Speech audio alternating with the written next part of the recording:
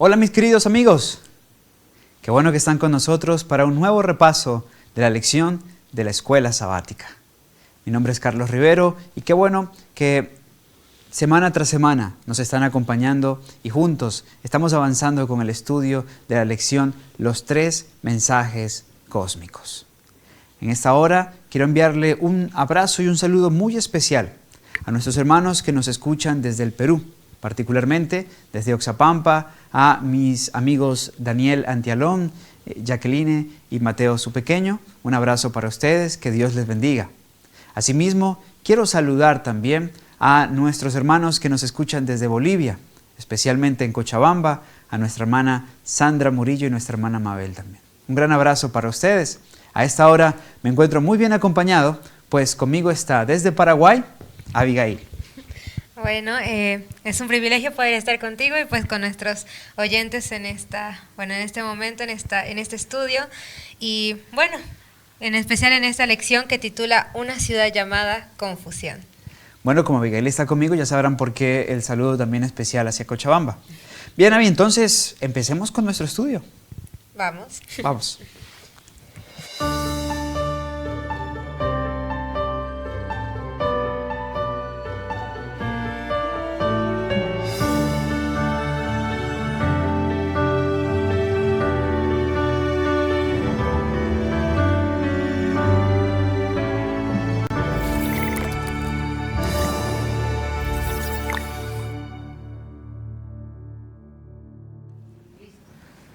Muy bien, Abigail. Entonces, vamos a avanzar en el estudio que nos proponemos para esta hora. Pero, bueno, como solemos hacerlo, no nos atrevemos a abrir la Escritura, no nos atrevemos a dialogar acerca de la palabra sin primero tener certeza del cumplimiento de la promesa de Dios de que Él enviará el Espíritu Santo. Juan 16 dice que Él enviará al Espíritu Santo y éste nos enseñará toda verdad, ¿cierto? Amén. Así que vamos a orar. ¿Te parece bien? Inclinemos el rostro. Padre bueno y misericordioso, te quiero agradecer por esta bonita oportunidad que nos das de estudiar juntos la palabra profética más segura. Esa a la que hacemos bien estar atentos como una antorcha que alumbra en lugar oscuro, hasta que el día esclarezca y la estrella de la mañana salga en nuestros corazones. Te pido por favor que nos des discernimiento que necesitamos para entender lo que está allí implícito en tu bendita palabra, para que podamos ser nutridos y asimismo todos los que se involucren en este estudio. Gracias pues, porque aún nos das la libertad de poder estudiar esta bendita palabra. En el nombre de Jesús, la autoridad de la Iglesia. Amén. Bien. Bueno, como dijimos en nuestro saludo previo, la lección de esta semana titula Una ciudad llamada Confusión. Una ciudad llamada Confusión. Y cuando hablamos de una ciudad que se llama Confusión, naturalmente, ¿qué vendría a nuestra mente? Pues si somos estudiosos de la Biblia, y aunque sea poquitito, igual no se nos viene a la mente la ciudad de Babel, ¿no? Primeramente la Torre de Babel. La Torre de Babel. Y luego Babilonia. Y luego Babilonia, ¿cierto? Muy bien. Es que de este lugar que se encontraba al sur de Mesopotamia, en la actual Irak, donde se erigió la famosa Torre de Babel del libro de Génesis, donde Dios confunde las lenguas. Luego fue un lugar emblemático por lo que luego se desarrolla allí mismo, en las riberas del río Éufrates, que es la gran ciudad llamada Babilonia, que tiene un papel importante en el estudio de esta semana. Pero no es porque sea lo único que vamos a estudiar, sino porque estará en contracara, en contraposición con otra mujer, con otra ciudad, con otra iglesia. El tema del gran conflicto en el Apocalipsis se expresa de diversas formas. Se expresa poniendo en contraparte dos bandos. Pero una de esas que resalta en el libro de Apocalipsis es el contraste existente entre la mujer de Apocalipsis 12, esa que está vestida de sol, que tiene sus pies sobre la luna, una corona con 2 estrellas, y la mujer de Apocalipsis 17. que tiene características completamente diferentes que estaremos viendo en nuestro estudio. Y bueno, es muy hermoso porque la Biblia tiene múltiples símbolos. Y por ejemplo, en la Biblia, a ver si tú recuerdas algún símbolo en este momento, un árbol es símbolo de un hombre, ¿cierto? Sí, es cierto. Y bueno, en profecía también se puede ver que algunas bestias son símbolos de reinos, de países, imperios. Así es. Y la misma Biblia, por ejemplo, tiene otro símbolo muy especial, que lo conocemos bien, es la mujer como símbolo de la iglesia. Así que por lo general cuando vemos mujeres allí en marcos proféticos, logramos a discernir una aplicación profética en torno a la iglesia, en torno a la iglesia. Y bueno, eso es bíblico. Por ejemplo, tenemos a Jeremías capítulo 6, versículo 2, ¿cierto?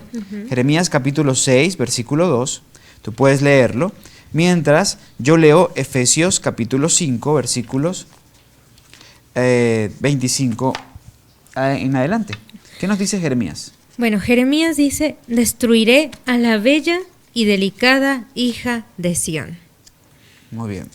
Ahora, Jeremías 6.2. Sí, Jeremías 6.2. Muy bien, perfecto. Y nos dice, como mujer hermosa y delicada, compararé a la hija de Sión, dice esta otra versión. Okay. Ahora, Efesios 5, por ejemplo, 25 es aún más claro, que nos dice, maridos, amad a vuestras mujeres, así como Cristo amó a la iglesia y se entregó a sí mismo por ella, para santificarla, habiéndola purificado en el lavamiento del agua por la palabra, a fin de presentársela a sí mismo una iglesia gloriosa, que no tuviera mancha ni arruga ni cosa semejante, sino que fuera santa y sin mancha. Así también los maridos deben amar a sus mujeres, como a sus mismos cuerpos. El que ama a su mujer, a sí mismo se ama. Ahora, versículo 32. Grande es este misterio, pero yo me refiero a Cristo y a la iglesia. Sí. Fíjate que Pablo hace un paralelismo muy interesante. Esposo, Cristo. Esposa, la iglesia. Sí, y bueno, yo creo que Pablo también lo sacó del Antiguo Testamento, porque aquí mismo menciona en Oseas 2:20, y te desposaré conmigo en fidelidad y conocerás a Jehová, hablando del pueblo de Israel, ¿no? Y qué interesante, porque pone, y es muy curioso también que lo ponga en el libro de Oseas, que abre con la historia de una infiel, ¿ok?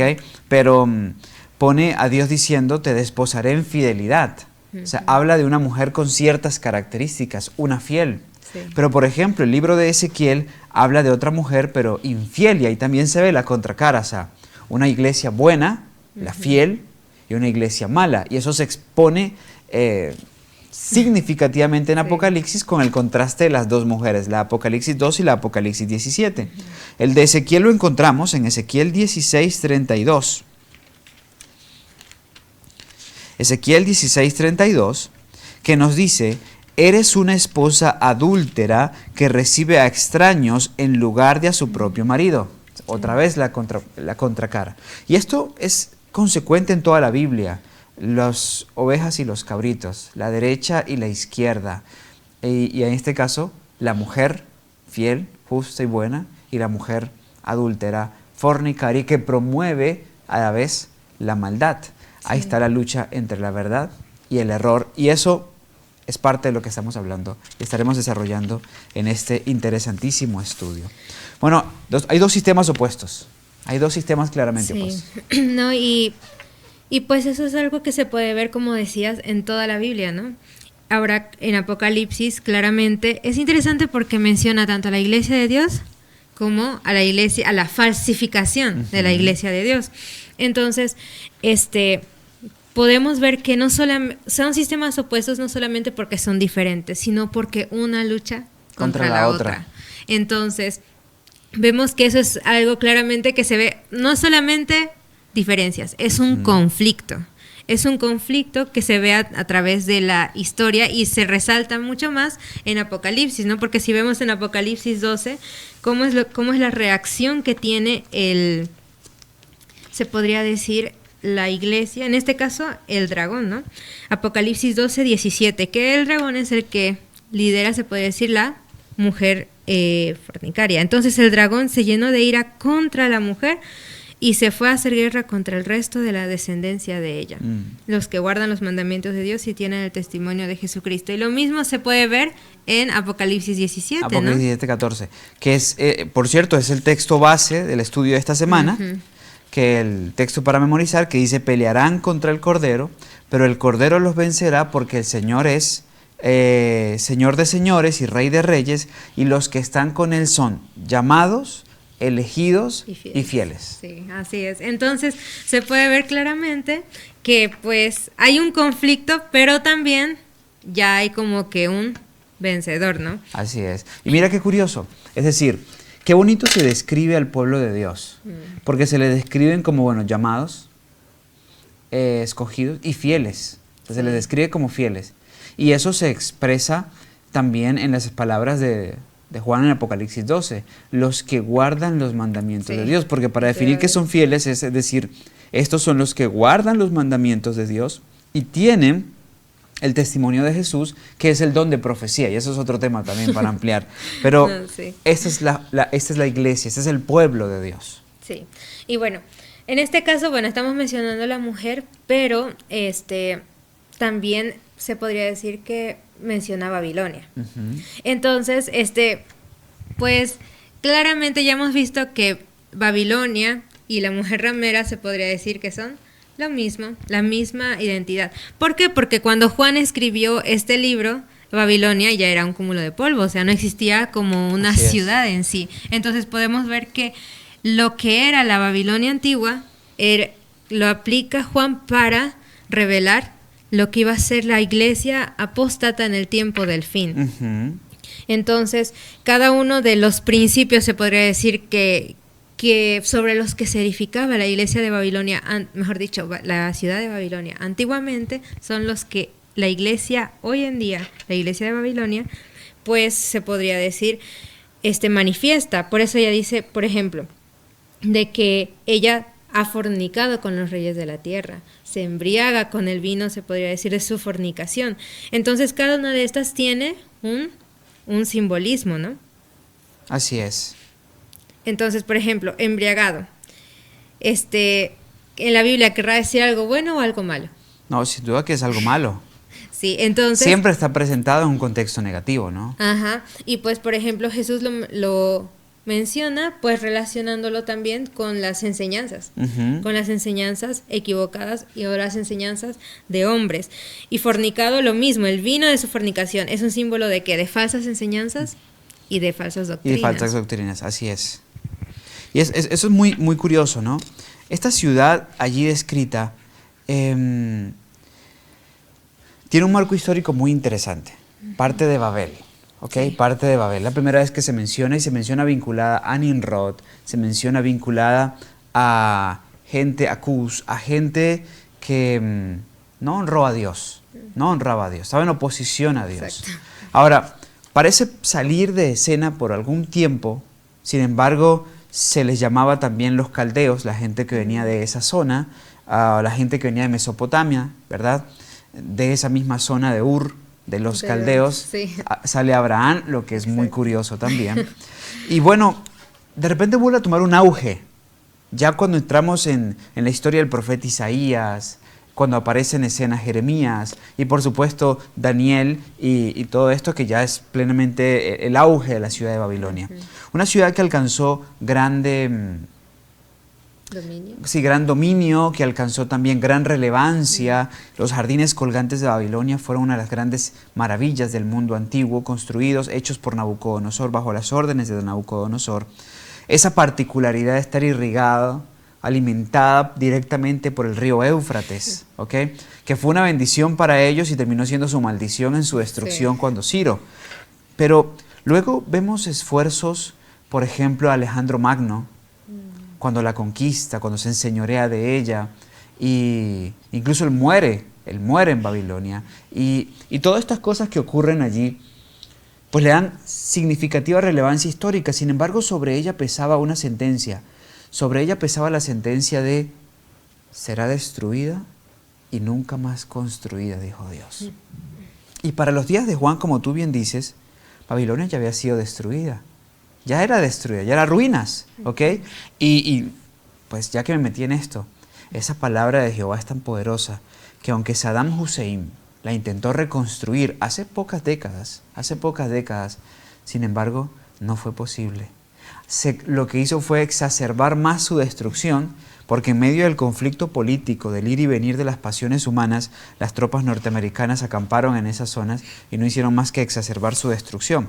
Ahora bien, esto es historia, pero de esa historia y de lo que encontramos en los registros de Babilonia extraemos importantes verdades espirituales que se aplican a la Babilonia moderna, ¿cierto? Que embriaga, que fornica con los reyes de la tierra, con los habitantes del mundo, quienes le ha dado a tomar el vino de su fornicación. Y bueno, y como tú decías, pues el vino de la fornicación, bueno, el vino, partamos de esto, el vino nos saca de nosotros mismos. Cualquiera que toma, que se embriaga, si es introvertido, embriagado se vuelve extrovertido.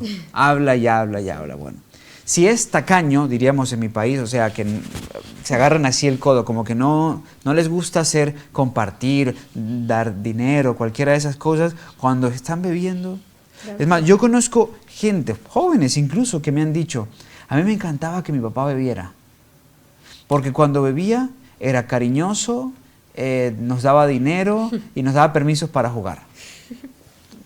Quiere decir que naturalmente era completamente lo opuesto. En otras palabras, el vino, el alcohol, su efecto sobre nosotros nos saca de nosotros mismos, nos desconecta, o sea, nubla nuestras facultades mentales, nos embota, nos pone en una realidad distinta, diferente, no para bien, sino para mal. Pero su doctrina, lo que tú aplicabas perfectamente a la luz de lo que estamos viendo, que es propiamente su fornicación, ¿no? Ya es como ella fornica con los reyes de la tierra y con las naciones, su doctrina que nos anclan en la mentira. Y es así, bueno, porque es que sé que en la Biblia menciona pues el vino, pero se menciona vino en otras, también en otros contextos, ¿no? Sí, claro, claro. Por ejemplo, asociado a Jesús, asociado a Jesús. Ahora uno podría decir, oye, pero ¿será que le aplicamos esas mismas cosas, se las aplicamos a Jesús? ¿Sería aplicable? Bueno, es que lo que pasa es que hace un contraste en lo que el tipo de vino, ¿no? Porque lo que tú mencionabas ahorita, claro, ¿cuál es el vino que embriaga? Claro. Entonces es diferente al vino al cual se le compara con Jesús. Claro. Cuando Jesús, por ejemplo, compartía su vino, por ejemplo, en el momento de la cena del Señor, allí en Mateo, y también lo encontramos bueno, Pablo lo referencia en Primera de Corintios, pero lo encontramos en varios de los evangelios, en Mateo y Lucas, cuando Jesús dice, esta copa es el nuevo pacto en mi sangre. El nuevo pacto en mi sangre. Por ejemplo, cuando les dio de tomar eso y cuando les dijo, de cierto os digo que no volveré a tomar esto, sino hasta que lo tome con vosotros en el reino de los cielos. Jesús no está dándoles algo con características perjudiciales, porque de hecho, cualquiera que estudie el santuario y lo que está implícito en el santuario entiende que Jesús no podía compartir en la cena pascual, en su cena, vino fermentado, era fruto de la vid, era jugo de uva. ¿Por qué no podía ser fermentado? Porque en el marco de las fiestas no podía haber nada con fermento. O sea, ni siquiera el pan debía llevar algo con fermento, porque el fermento era símbolo del pecado. Así que Jesús no iba a ilustrar su sangre, la sangre derramada para nosotros, por nosotros, en victoria sobre el pecado, con un símbolo de pecado. ¿Me hago comprender? Sí. Y es así. Claro, y pues ahí se puede ver que el enemigo lo que hace es falsificar, ¿no? Porque Jesús en un principio utilizó, o en el santuario, mientras él vivía y enseñaba, utilizó el vino, pues para representar cosas, pues su sangre. Y en este caso también él lo menciona en un contexto cuando hablaba a los fariseos sobre el vino y mi carne, que tomaran mi vino, que comieran mi carne, pues hablando de la palabra, ¿no? De sus enseñanzas. Entonces, en este caso podemos ver que eso se aplicaba se podría decir, a enseñanzas correctas, cosa que es totalmente lo contrario a lo que se podría decir, se dice en Apocalipsis 17 sobre el vino de la mujer ramera, ¿no? Ahora, es que mira, profundicemos este contraste. Por ejemplo, si vamos a Apocalipsis 12, mira cómo se describe a esta mujer. Apareció en el cielo una gran señal, una mujer vestida del sol, con la luna debajo de sus pies y sobre su cabeza una corona de 12 estrellas.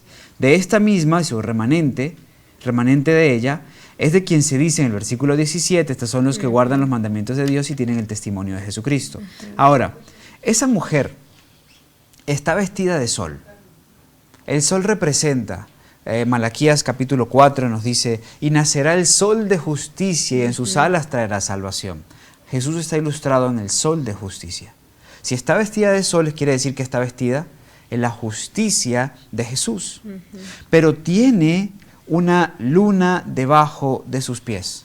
La luna es un símbolo del Antiguo Testamento, porque era clave.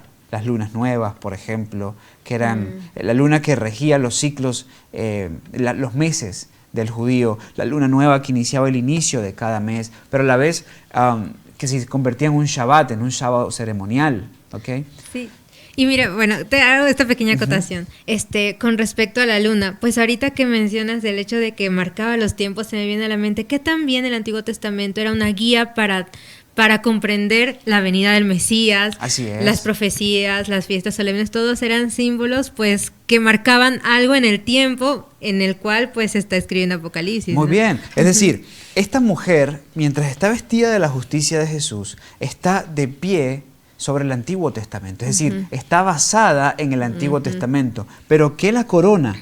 Una corona de 12 estrellas que ilustra la obra de los 12 apóstoles del Nuevo Testamento. O sea, entonces, fíjate bien, en síntesis, porque por supuesto esto podríamos desglosarlo mucho más, pero no es el abordaje central de la lección. O sea, la lección no nos puso a analizar todos esos símbolos.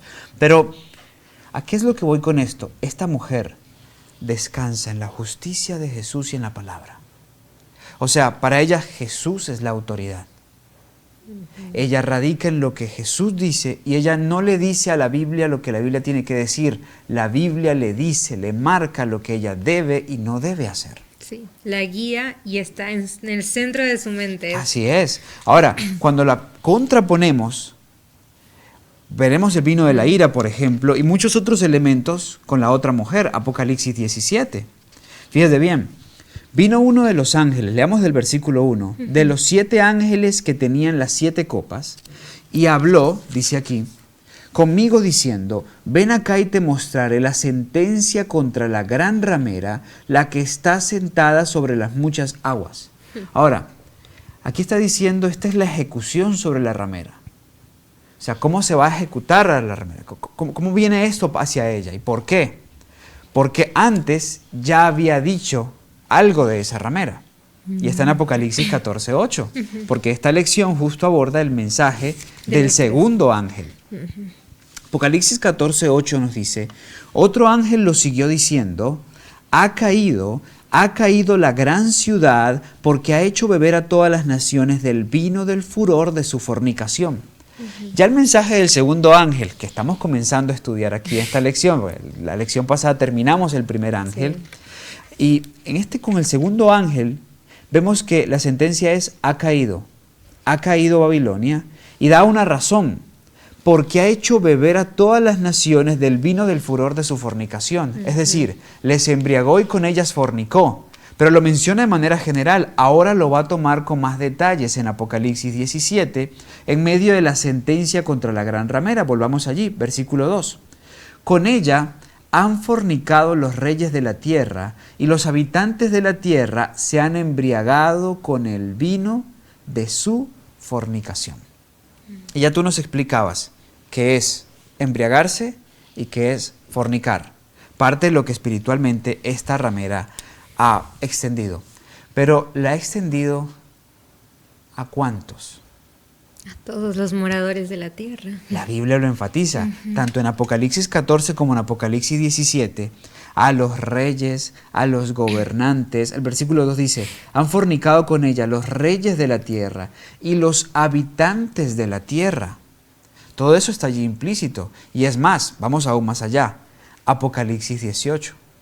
Porque Apocalipsis 18 ya ha caído, o sea, la caída es absoluta. Después de esto, Apocalipsis 18, vi otro ángel que descendía del cielo con gran poder y la tierra fue alumbrada con su gloria. Ese es un mensaje que también estudiaremos en esta lección, en la última lección. Y clamó con voz potente diciendo, ha caído la gran Babilonia. Interesante. Parte afirmándose en el mensaje del segundo ángel que estamos comenzando a analizar. Sí.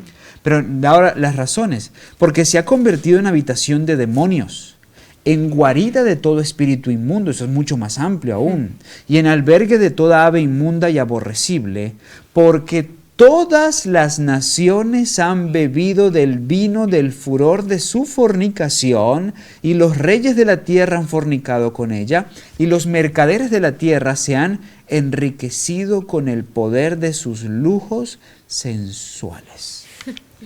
Y entonces ahí sí viene el mensaje del versículo 4 que dice, y oí otra voz del cielo que decía, salid de ella, pueblo mío, para que no seáis partícipes de sus pecados ni recibáis parte de sus plagas. Todo el mundo. Y Apocalipsis 18 plantea algunos símbolos que, como te digo, los analizaremos en el final de la lección de este trimestre, porque nos introduce elementos como los mercaderes de la tierra. Sí, eso veo, porque menciona, bueno, relacionado a la mujer, menciona reyes, naciones, mercaderes, moradores, o sea, habitantes. Así es. Como que resalta, ¿no? Mucho sobre qué es todo el mundo. Y que además nos da elementos como que se ha hecho albergue de toda ave inmunda y de todo espíritu inmundo. Elementos también para analizar. Ahora, en el punto que nos encontramos, esta ha extendido su vino y su fornicación a reyes, gobernantes y habitantes de todo, absolutamente de todo el mundo. En otras palabras, mientras Dios se propone predicar el evangelio eterno a toda nación, tribu, lengua y pueblo, mientras se cumple lo que Jesús dice y será predicado el evangelio por testimonio a todo el mundo, y entonces vendrá el fin, el diablo dice, pues yo también, y lo extenderé a través de Babilonia. Y lo extenderé a través de Babilonia, ¿cierto? Muy bien. Ahora, ya sabemos entonces, a partir de lo que hemos comentado, debido a esto, el mundo entero se encuentra embotado. Se encuentra embotado, sin percepción espiritual, al margen de sí mismo. ¿Por qué? Porque hay fornicación, porque hay embriaguez y hay fornicación. Ahora, vamos a meternos un poco más profundo dentro de estos elementos, ¿no? Porque, ¿qué es fornicar? La fornicación es la violación del mandamiento, no cometerás adulterio. Es una expresión de ese mandamiento. Uno dice, el adulterio está implícito en personas que se han casado, que están casadas. La fornicación no, pero igual es una unión ilegítima o ilícita, mejor dicho. Es una unión ilícita. Por ejemplo, Babilonia fomenta un tipo de unión ilícita desde su mismo inicio. Cuando tú ves a Nabucodonosor, por ejemplo en Daniel capítulo 3, Nabucodonosor diciendo, bueno, voy a erigir una imagen que hace parte del estudio, con 60 metros de alto, 6 de ancho y que se adorará bajo el son de 6 instrumentos. Curioso, 6, 6, 6. Mientras Nabucodonosor dice eso, siendo él autoridad civil porque es rey, pero obligando a otros a obedecer en el campo de su conciencia, en el campo de su fe, en el campo de lo religioso, tú ves sincretismo, una unión ilícita, unión de iglesia y Estado. Dos cosas que deben estar separadas, Jesús lo promovió así, denle a César lo de César y a Dios lo de Dios. Pero ni el obispo debe estar sobre el Estado, ni el presidente rey debe estar sobre los asuntos de la iglesia. No es sano, es peligroso y la historia lo ha reafirmado.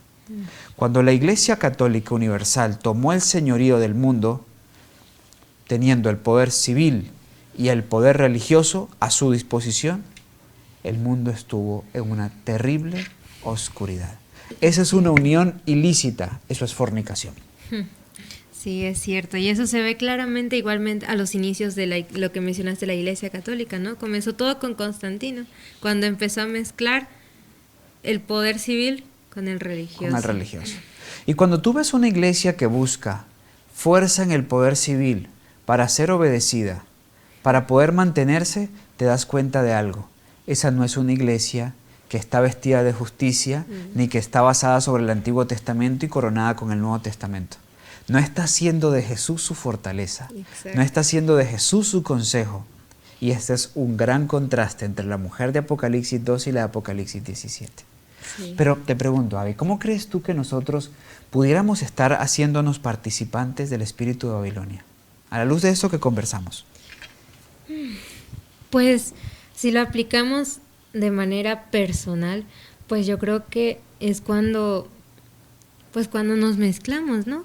Con el mundo, cuando queremos hacer una cosa y queremos hacer la otra, que es una unión ilícita. Bueno, se podría decir que es como un yugo desigual también, ¿no? Sí, claro. Porque pues queremos unirnos con la iglesia, pero también estamos pues mezclados con las cosas del mundo. Pues creo que puede ser una aplicación, sí, ¿no? Sí, claro. Muy bien. O incluso cuando nosotros hacemos de nuestro brazo fuerte el hombre. Sí. Cuando hacemos de nuestro consejo la boca del hombre, lo que dice el hombre, sí, y no buscamos a Dios, estamos en el espíritu de Babilonia. Y podemos estar condenando a Babilonia con el espíritu de Babilonia. Es más, cuando yo me exalto, porque parte del espíritu de Babilonia es, recuérdate Nabucodonosor, esta es la gran Babilonia que yo construí. Cuando yo me exalto a mí mismo, estoy en el espíritu de Babilonia. Sí, eso sí es cierto. Muy bien. Ahora, ¿qué piensas de esto además? Te pregunto. Apocalipsis 18:4 nos dice que Dios tiene un llamado porque hay gente suya en Babilonia. ¿Cómo puede ser esto? Pues bueno, yo creo que como Babilonia es un poder, se podría decir, grande, no es como que habla de que una persona es Babilonia, o que de cada persona es Babilonia. Es cierto que inclusive los que estamos en la iglesia de Dios podemos tener ese espíritu. El espíritu de Babilonia, sin ser Babilonia. Pero creo que esta sentencia, este versículo, muestra claramente de que Dios tiene fieles aún en la iglesia, o mejor, sí, en Babilonia, en la ciudad de Babilonia, ¿no? En las iglesias representadas por Babilonia. Exacto. Entonces, pues de alguna manera creo que este llamado es para ellas, o sea, es para que el pueblo que ahorita tiene esta verdad haga ese llamado a los que aún siguen en esas iglesias. ¿No? Fíjate bien, el conflicto de los siglos en la página 433 dice: el mensaje de Apocalipsis 14 que anuncia la caída de Babilonia debe aplicarse a comunidades religiosas que un tiempo fueron puras y luego se han corrompido. En vista de que este mensaje sigue a la advertencia del juicio, debe ser proclamado en los últimos días. Por tanto, no puede referirse solo a la iglesia romana, pues dicha iglesia está en condición caída desde hace muchos siglos. Alguna vez fue pura, cuando fue la iglesia apostólica, ¿no? Antes de que entraran en ese periodo de Pérgamo, que describen las 7 iglesias. Ahora, muchas otras iglesias hacen parte de eso. Iglesias que alguna vez fueron puras, pero se han corrompido. Yo tengo una declaración del conflicto de los siglos y voy a recomendar para todos los que están estudiando con nosotros, del capítulo 39, el mensaje final de Dios. Cita Apocalipsis 18, fíjate bien, versículos 1 al 4, los mismos que leímos hace poco, y nos dice: estos versículos señalan un tiempo en el porvenir, cuando el anuncio de la caída de Babilonia, tal cual fue hecho por el segundo ángel de Apocalipsis 14:8, se repetirá con la mención adicional de las corrupciones que han estado introduciéndose en las diversas organizaciones religiosas que constituyen a Babilonia. ¿Cuáles son esas males que se han hecho adicionales? Pues que se han hecho morada de toda ave inmunda y aborrecible, todo espíritu inmundo. Era el tema con los mercaderes de la tierra, como ya mencionamos, pero lo analizaremos más adelante. Dice, desde la primera vez que fue proclamado este mensaje durante el verano de 1844, se describe aquí luego la terrible condición en que se encuentra el mundo religioso. Por cierto, ¿sabes quién fue el primero en proclamar el mensaje del segundo ángel? Sé que está por los años de 1844-43. Muy bien. Él comienza a vislumbrarlo desde el 42, pero en el verano del 44 se intensifica la predicación del mensaje. Fue uno que murió pocos días antes del gran chasco. Charles Fitch. Muy bien, Carlos Fitch. Así es, Charles Fitch fue el gran precursor del mensaje del segundo ángel, ¿no? Ese no fue William Miller, fue Charles Fitch, y muchos otros se unieron a ese mensaje.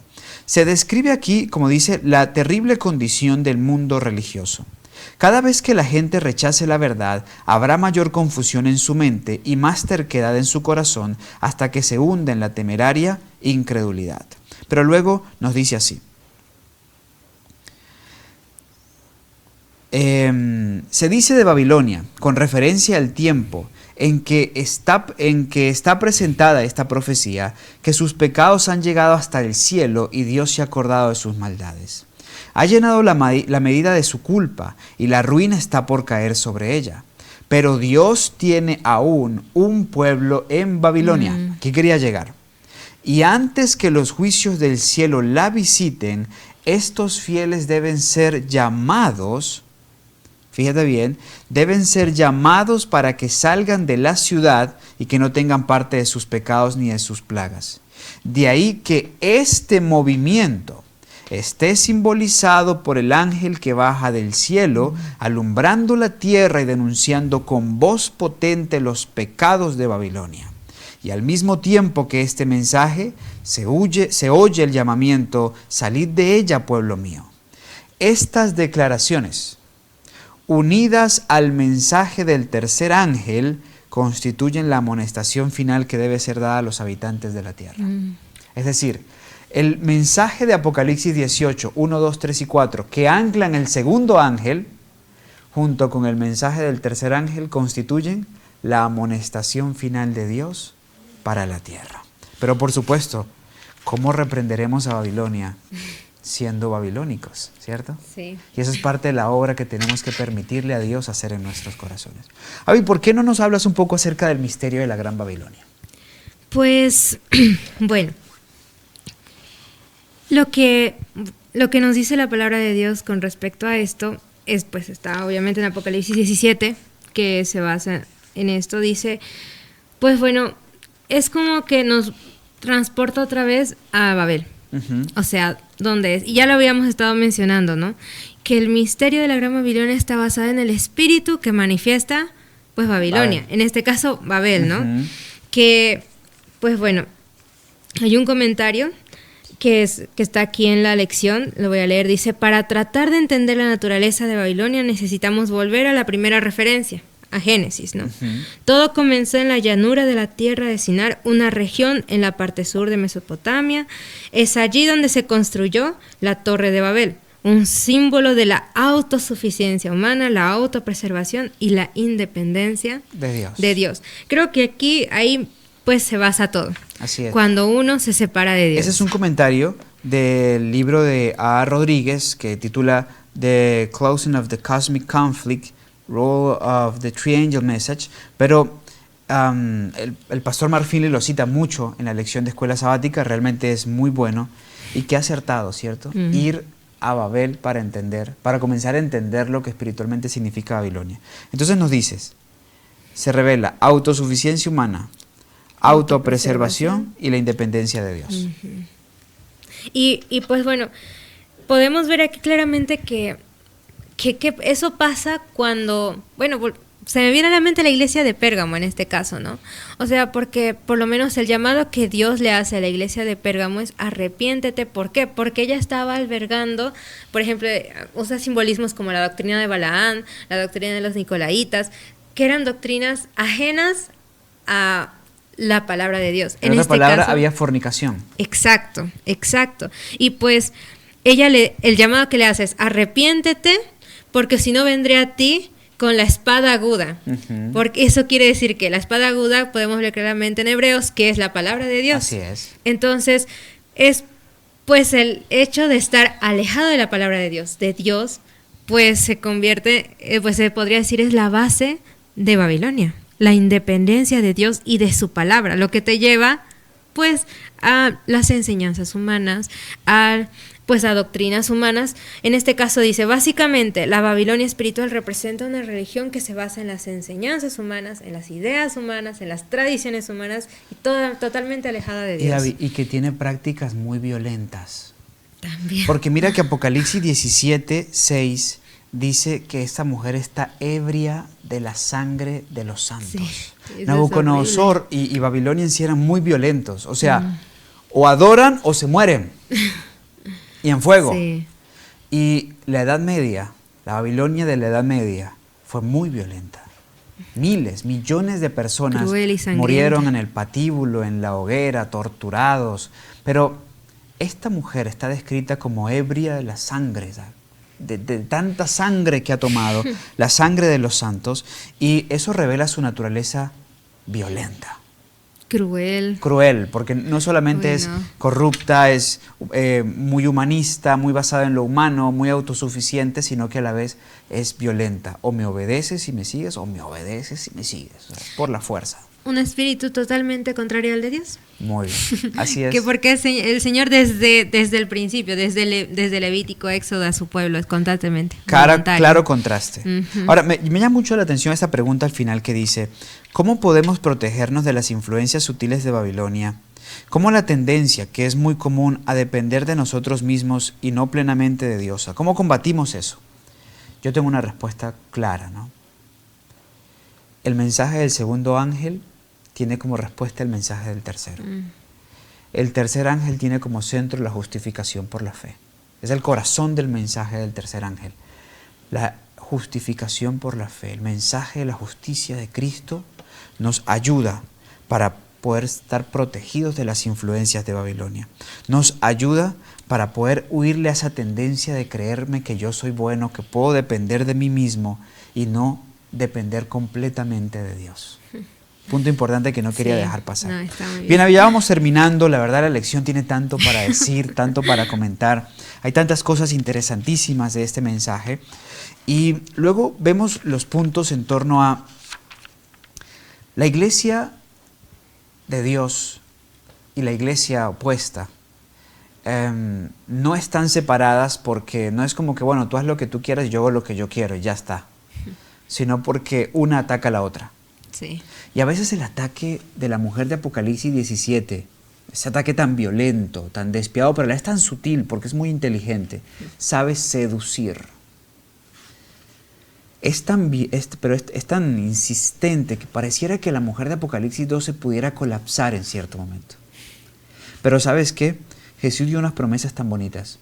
Porque Jesús dijo en San Juan, Jesús dijo en Mateo capítulo 16, versículo 18, las puertas del infierno no prevalecerán contra la iglesia.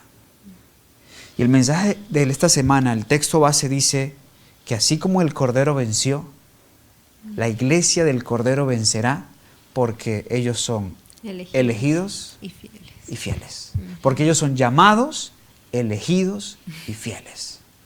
En la victoria de Jesús radica nuestra victoria. Y por más que las fuerzas de la iglesia y el Estado se unan, como está predicho en la profecía, y se vengan con todas las fuerzas, con sus engaños, haciéndose pasar por Dios, diciendo que son Dios en el nombre de Dios, la verdadera iglesia de Dios prevalecerá hasta el final. Es una promesa muy hermosa. Es una promesa muy hermosa. Bien, hay un último aspecto que aborda Babilonia como el centro de la idolatría. Y a mí me llama poderosamente la atención algo que hace Babilonia en este tiempo. Babilonia atenta, ¿sabes?, contra dos grandes mandamientos. ¿Okay? Entendiendo algo, si viola uno, se hace violador de todos. Pero, ¿cuáles crees tú son esos dos grandes mandamientos que Babilonia ataca? El segundo y el cuarto. Pues se puede ver porque veíamos el paralelismo, ¿no?, que hacen con Daniel, con Daniel 3 más específicamente, en el sentido de que atacan porque promueve la adoración de imágenes, la contra del segundo mandamiento, y también ataca, en este caso, el día de reposo, ¿no? Que podemos verlo en Apocalipsis 13, ¿no? También, y el mensaje del tercer ángel. Muy bien, mira algo. Así es, son esos dos grandes mandamientos. Una práctica antigua de Babilonia era hacer artífices, imágenes. Ellos adoraban imágenes de una manera grotesca, Sí. grotesca. Y les daban vida en función de que asociaban esas imágenes con fuerza de la naturaleza, que ellos decían que esas imágenes eran los responsables de sostener las fuerzas de la naturaleza. Ahora, por ejemplo, Jeremías 51:17 dice: todo hombre se ha vuelto necio, carece de conocimiento, y todo artífice se avergüenza de su escultura, porque mentira es su ídolo, no tiene espíritu. Esto lo está diciendo en el ataque hacia Babilonia. Creían mucho en los ídolos, que carecen de espíritu como toda imagen. De Babilonia viene ese apego a las imágenes. Cuando se da en la iglesia, allá por el siglo IV, el sincretismo, esa unión entre el cristianismo y el paganismo, para hacer el cristianismo un poco más aceptable, ponen imágenes, ¿cierto? En este caso. Entonces, a Zeus ahora le vamos a llamar San Pedro. Sí. A Semiramis ahora le vamos a llamar la Virgen María. A Nostradamus, perdón, a Tamuz le vamos a llamar ahora el niño Jesús, ¿cierto? Sí. Muy bien. Y así con muchísimas otras imágenes. Pero eso está en completa contraposición con el segundo mandamiento. Por eso, ¿qué hubo que hacer? Quitar el segundo mandamiento que prohíbe imágenes. Cambiar la ley. Intentar cambiar la ley. Ajá. Y el otro mandamiento es el sábado. Como vimos, como mencionas, la base de la adoración. Y el único mandamiento que revela el autor de la ley. El ataque de Babilonia es sutil y bien pensado, pero a la vez la convierte en el centro de la idolatría. Sí, en el gran centro de la idolatría. Y por eso su relevancia, y por eso la importancia del mensaje para este tiempo ha caído. Ha caído Babilonia. Y qué privilegio tenemos nosotros de poder ser partícipes de ese mensaje y de esa obra. Y qué privilegio tienes tú también de poder ser llamado a ocupar un lugar en este gran conflicto en el tiempo final. Pero de nada nos serviría, queridos hermanos, hablar y hablar y hablar de Babilonia. De nada nos serviría si nosotros no permitimos que el Señor escudriñe nuestro corazón y nos muestre qué hay de Babilonia en nuestros corazones. ¿Será que en nosotros se revela su espíritu de autosuficiencia, de humanismo, de que yo solo considero en primer lugar la voz del líder espiritual, del referente espiritual, del dirigente espiritual? Y ojo, eso está bien, siempre y cuando estás seguro de que eso que ellos dicen está anclado en la palabra, porque tu principal punto de ancla debe ser Jesús y su palabra. ¿Te has dado cuenta si en tu vida hay exaltación propia? ¿Has revisado, le has permitido al Señor mostrarte si en ti hay algún tipo de idolatría? Si tienes un Dios entre tú y Él. Esas son preguntas importantes que debes hacerte. Esas son cosas importantes que debes permitirle al Espíritu Santo escudriñar en tu corazón, porque solo podrán denunciar a Babilonia quienes no tengan nada de ella en su corazón. Y esa es mi invitación para ti a esta hora. Había últimas palabras. Pues que nos metamos, ¿no?, de lleno en el estudio de la palabra, porque es el único lugar donde vamos a encontrar claramente cuál es nuestra misión para este tiempo, ¿no? Y como decías, pues también es la única manera de poder sacar el espíritu de Babilonia de nuestro corazón, ¿no? De esa manera poder dar, no solo por palabra, sino por testimonio, el mensaje, ¿no?, que requiere también el pueblo que está todavía dentro de este poder, ¿no?, de esta iglesia. Avi, te tengo un desafío. Así como Nabucodonosor, hace siglos atrás, levantó una imagen, decíamos, de 60 por 6, que se oraba bajo 6 instrumentos musicales. Así como ese poder de iglesia y Estado estuvieron juntas en su momento y levantaron una imagen, así muy pronto Babilonia lo volverá a hacer.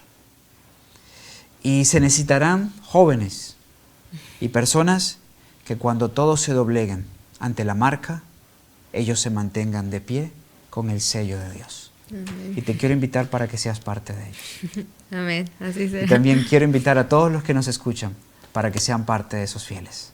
Dios les bendiga. Nos encontramos en 8 días. Recuerden, pueden hacer sus preguntas a través de la sección de comentarios. El tema de Babilonia es amplio y queremos responder también esas preguntas en el inicio de nuestro próximo estudio. Ustedes lo pueden hacer, nosotros estaremos atentos porque para eso está Fundación Las Delicias TV. Vamos a orar. Ora, Abigail. Querido Padre Celestial, Señor, en esta hora nos acercamos a ti para agradecerte porque nos has permitido estudiar estos temas que Amén. son de trascendencia y espiritual importante para nuestro tiempo, Señor. E imploramos que nos permitas seguir aprendiendo de tu palabra y que todos tanto los que estamos acá como los que nos escuchan, puedan ser bendecidos, Señor, por tu palabra y que seamos ungidos por tu Santo Espíritu, Señor. Amén. Te agradecemos y te pedimos todo esto solamente por el nombre de Jesús. Amén. Amén. Amén. Este video y las demás producciones que ustedes pueden disfrutar a través de nuestras plataformas son en parte gracias al aporte que personas como tú hacen a este ministerio. Queremos invitarte a que sigas apoyándonos para que el mensaje de Dios cada vez pueda llegar más lejos y con más amplitud. Recuerda, tu aporte hace avanzar la obra. Fundación Las Delicias TV, un estilo de vida.